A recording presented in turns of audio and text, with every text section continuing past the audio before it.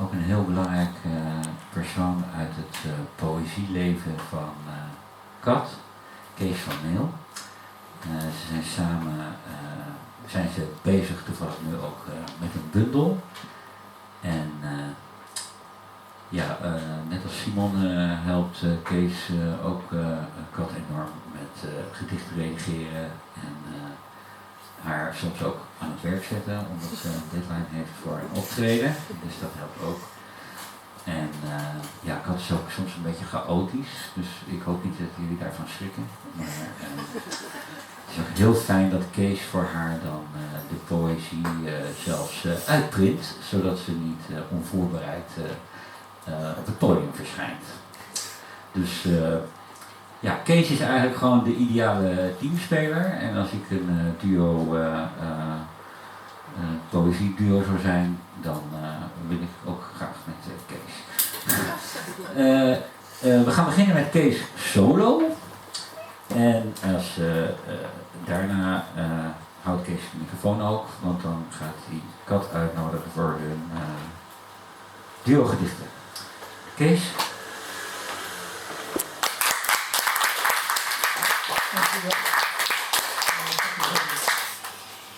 Ik ben net zo'n grote chaot, maar ik kan het beter verbergen. Die bundel Dwaalspoor, daar lees ik het eerste en het laatste gedicht van voor, dan heb je meteen de hele inhoud. Dus dat is heel snel. Kat. Dwaalspoor. Ik ga op reis en neem mee het boek waarvan het einde me deed huilen. Muziek die me tot tranen toe beroerde. Het gif dat de barkeeper me voerde. De nesten waarin ik me heb gewerkt. De door mij voor een ander gegraven kuil. Ik neem mee al mijn staten, de bril die mij blindeert. De liefde waaraan ik me heb bezeerd, om ze op mijn bestemming achter te laten.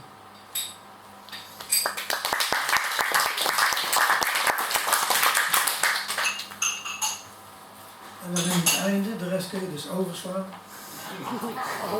Sorry, ik maak af en toe die domme grapjes, maar ja. Maar je krijgt geen korting. Ik heb al korting gehad. Bestemming bereikt. Bestemming bereikt. Hier laat ik achter mijn trots, die ik voor vrije wil heb verruild. De edelheid die mijn kwetsbaarheid ontvoerde. Mijn handen vastbond en mij de mond snoerde. Ik laat mijn angsten die ervoor hebben gezorgd dat ik mijn tranen nooit heb gehuild. Ik laat mijn fatalisme hier, mijn bezwaren en verweer, mijn zelfbeklag en hartzeer, maar jou neem ik mee als souvenir.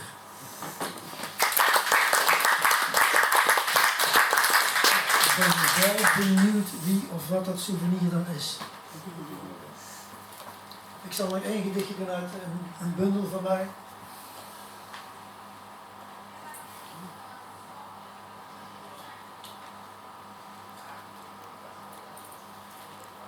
Ik zat te twijfelen tussen verleidster 2.1 of indruk. Wie mag het zeggen? Allebei. Verleidster. Verleidster 2.1. Op je mooie hoge poten in een visgraat van kousen. Heel doorzichtig ben je, met je volle lippen, voorzichtig op mijn mond in mijn fantasie. Ik zuigend aan je tepels, liefde drinkend uit je beker, mijn liefste, opgezwollen van verlangen, overlopend van bronstigheid. Dan neem je me in je armen, ik verdwijn in je vruchtbare schoot, met zachte wanden, zuigend, vergeten is ons moreel geweten. Verslingerd als ik ben aan je lijf, de tijd omarmend, mij in jouw dijen, sluimerend zacht met mijn erectie, wiegend, verzachtend mijn wereldse pijn. Maar een ondeelbaar ogenblik gedeeld in je sleepnet, vangnet van de lust.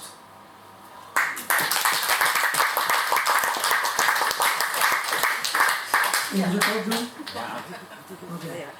Vanuit de stilstaande streekbus zie ik mijn oude liefde voorbij vlichten op haar verroeste racefiets. Vol in de wind die haar haren naar achteren veegt.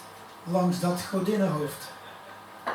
Haar bruine dijen verleiden me nog steeds als ze stils kijkend naar de chauffeur snel voor de bus langs schiet met haar breedste glimlach als glijmiddel. Ik herken haar gestaalde tactiek, waarmee ze mij in elke sprint volleerd net op de meet klopte. Haar gespleten tong uitstekend met de appel waarin ik steeds weer beet, keer op keer.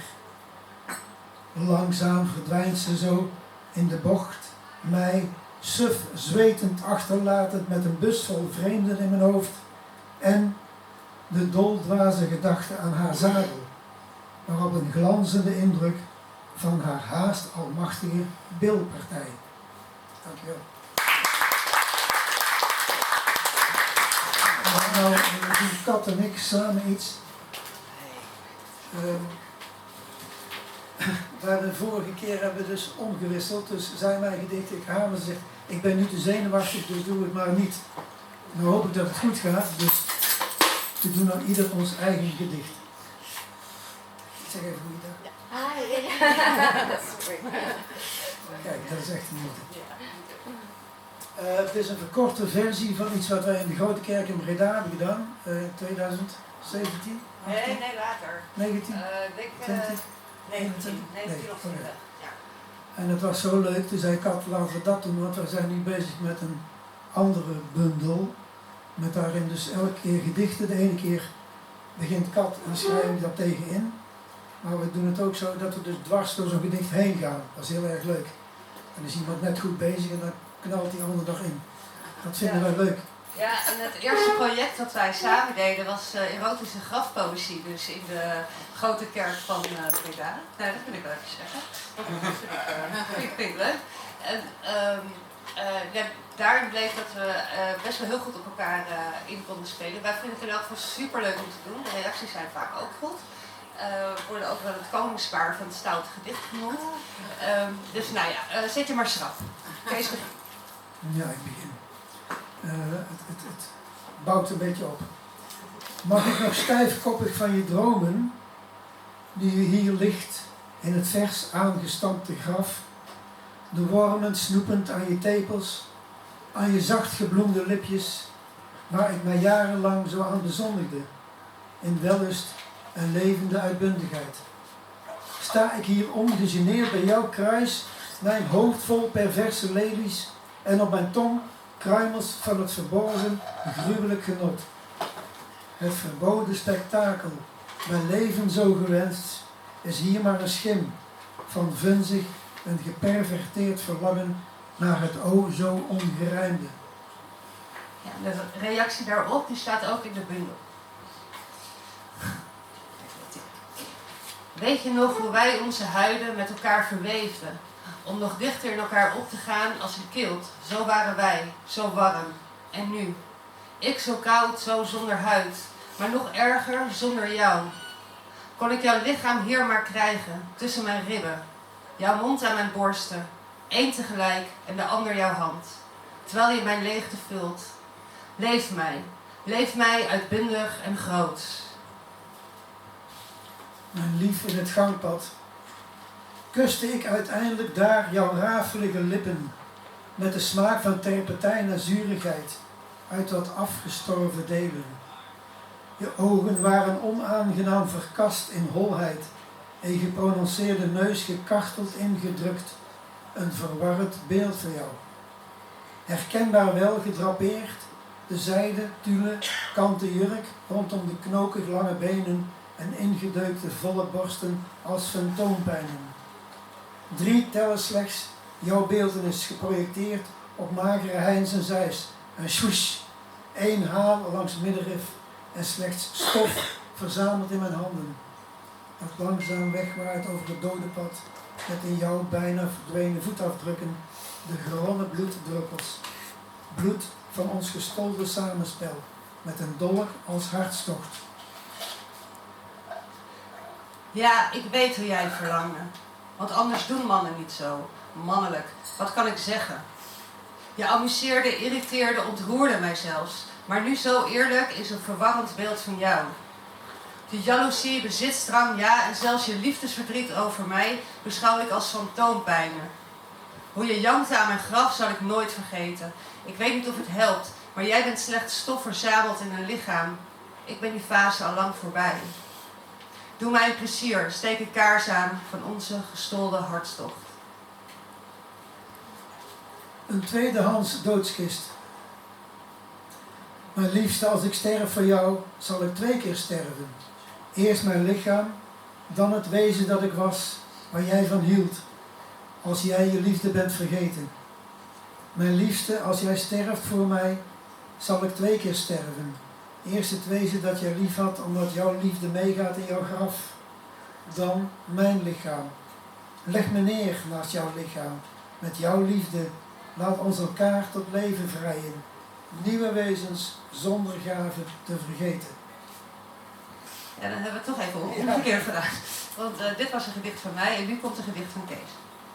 Mijn zotje, als ik sterf en jij niet sterft, er niemand van belang. Want ooit heb jij mij aangevreven hoe ik minder dan niets voor jou beteken. Jouw harde ziel stiet mij door mijn borst. Het lemet van het mes zat in jouw tong. Het bloed waarmee je mij omringde kwam uit de valsheid van je leugens. Doordrenkt van jouw ransige wijn, zurig azijn en onwelriekende asem, begroef je me met tedere woorden.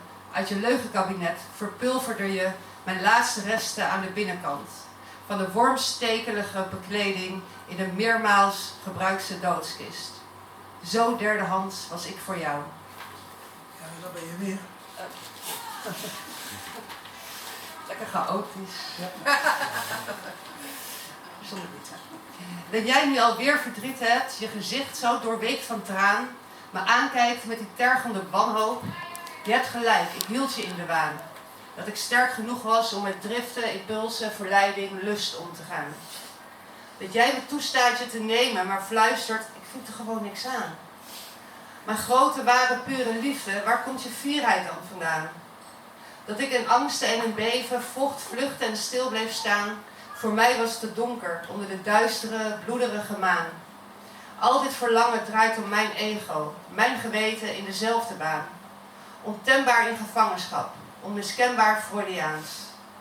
Vandaar dat ik hunker naar de toestand waar ik van alle hunkering ben ontdaan.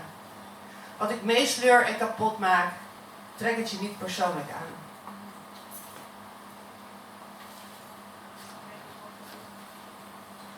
Dan moet jij weer. Ja. Mijn afscheid is aan gort geschoten. Afstand nemen kan ik niet. De stank van jouw karma bedwelmt mijn gehavende geest. Nog even bleef zij liggen naast haar schilferige man. Zijn kromme benen eindigden in verkalkte nagels. Het haar, dat al lang verloren was gegaan, droeg scheiding aan over zijn gerimpelde schedeldak. Ze had hem nooit lief gehad. Hij was potent barbaars. Pakte haar overal, vooral in haar toegeknepen aars. Zijn huid slobberde nu over de lakens heen als een los perkament dat zij met lege woorden ging beschrijven. Wat jij in mijn ziel gegrift hebt, met je vlijmscherpe angel, maakt wallen onder mijn ogen, maakt me ouder dan ik ben. Zij zag zijn erectie nog staan, als een verloren windvaan. Onnutte druppels dropen naar beneden, verdwenen. Zo zond hij na zijn leven nog steeds het verkeerde uit. Hij had haar vaak genomen, maar nooit was zij zijn bruid.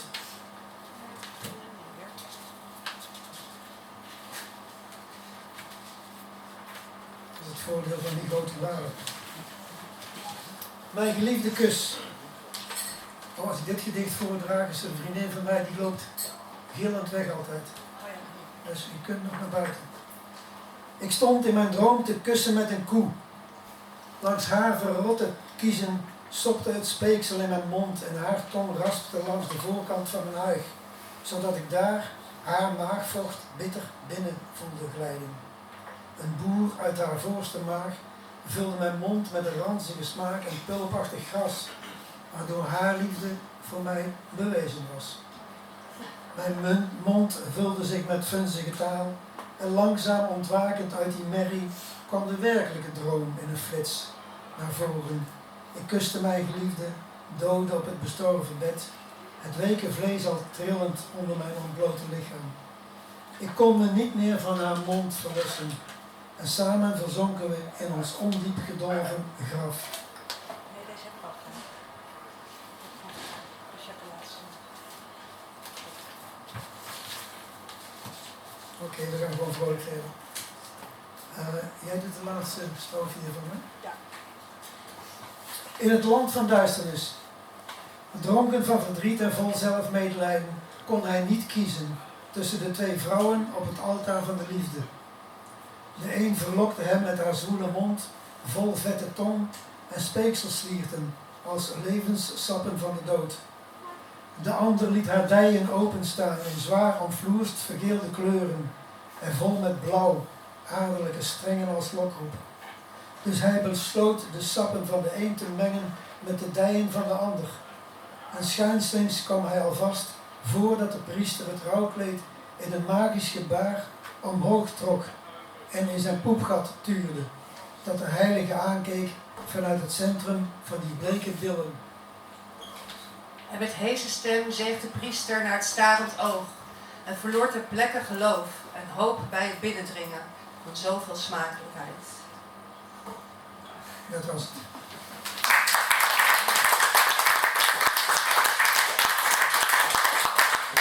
Dankjewel. Nou, heel mooi.